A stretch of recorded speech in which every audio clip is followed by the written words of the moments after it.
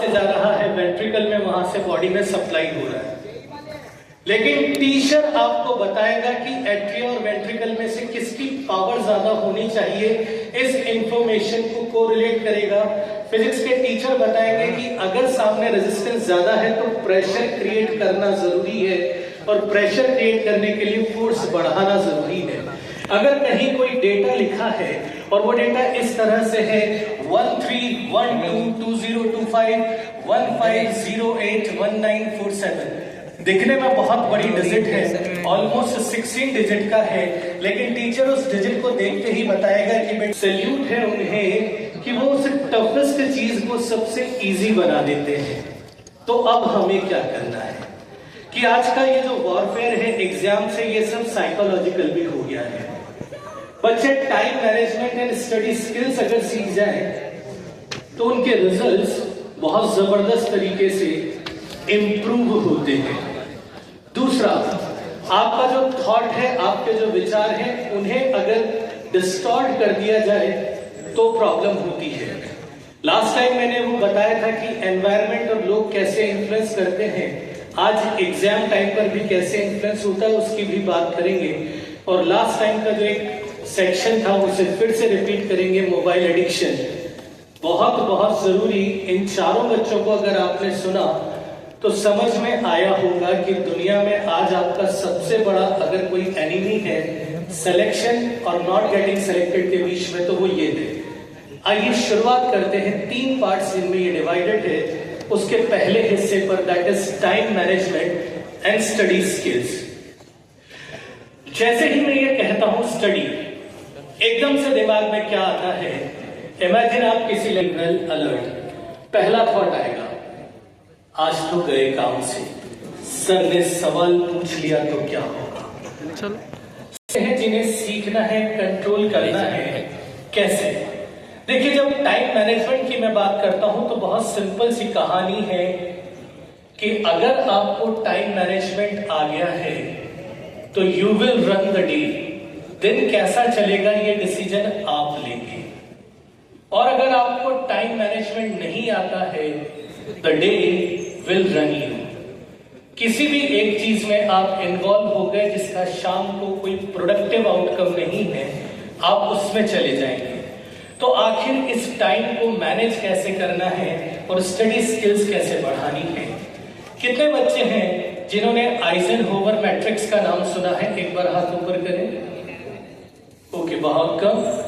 ध्यान से समझिए, ये काम अगर आप एंथूज में हैं, नर्चर से एंथूज में आ रहे हैं, और अगर आप करेंगे तो लास्ट ईयर और इस साल के रिजल्ट्स में जमीन आसमान का फर्क।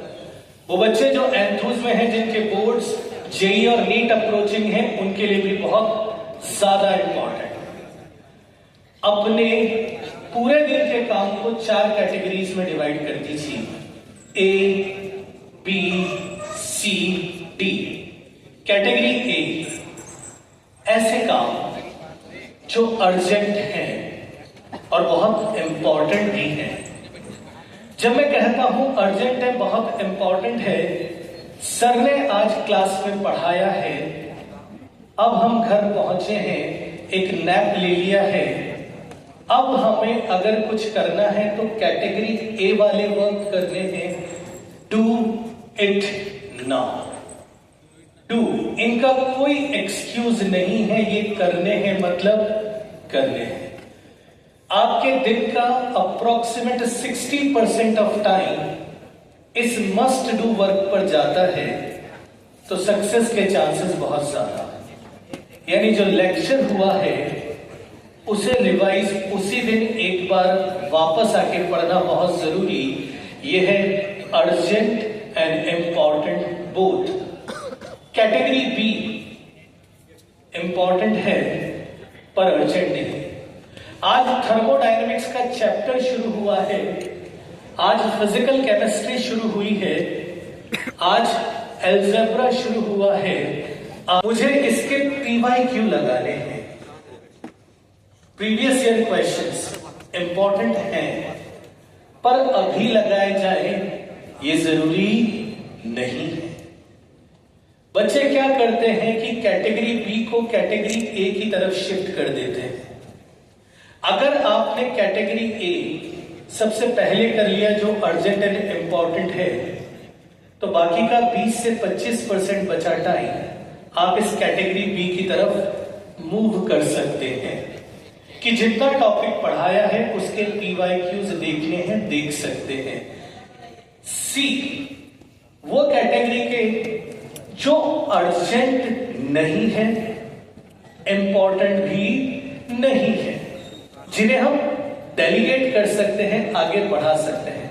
अर्जेंट और इंपॉर्टेंट का मीनिंग आपकी लाइफ में आपके एग्जाम से है।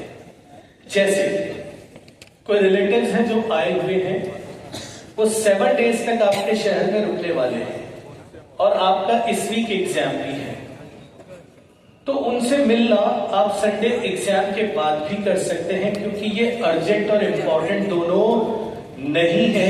इसे कहते हैं डेलीगेशन ऑफ वर्क। आपने डिले कर दिया, आपने किसी और को करने को दे दिया कि ये चीज डिलीवर करनी है, आप जा रहे हैं, कर दीजिए। And the final